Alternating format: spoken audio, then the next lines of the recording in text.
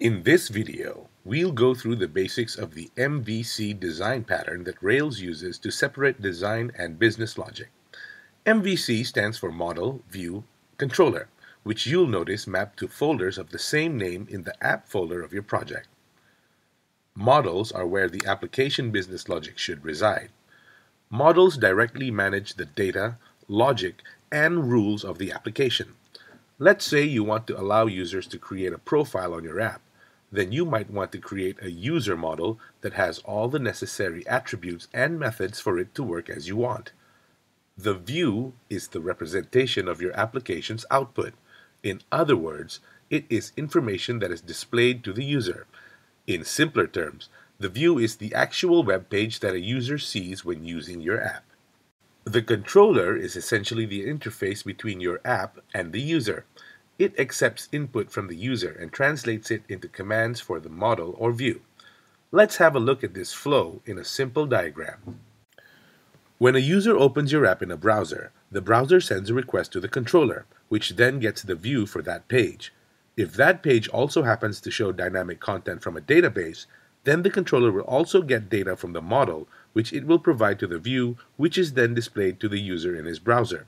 For instance, if you were viewing a user profile page, then the controller might get data from the user model and pass it to the user view to display a user's profile.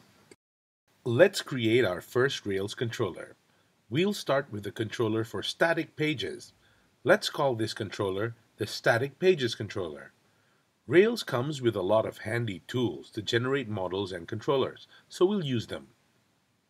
To generate a controller, type Rails generate controller, followed by the name of your controller in title case, which means you need to uppercase every first letter of a word if your controller's name is longer than one word, followed by the actions that you want the controller to have.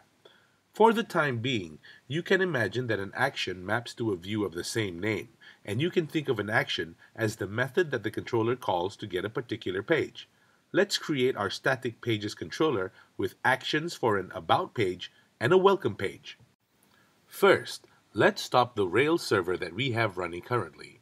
Look at your terminal panel's top left corner and you'll see a red stop button. Input a name for the configuration right next to it. Let's call it default. Then we'll close the current tab, which shows the logs for the server that was running earlier. Let's also close all the files we have open at the moment. We won't be using them for now. Next, we'll use the Rails generator to generate our static pages controller.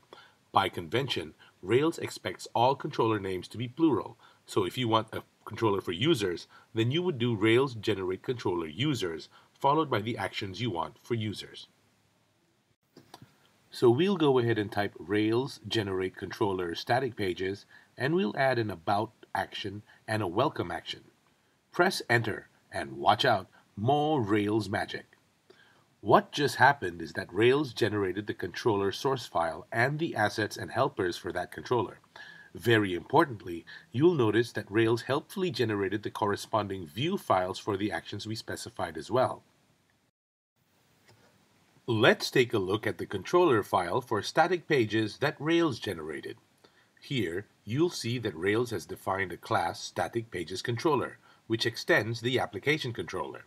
This gives our static pages controller functionalities that are provided by the application controller.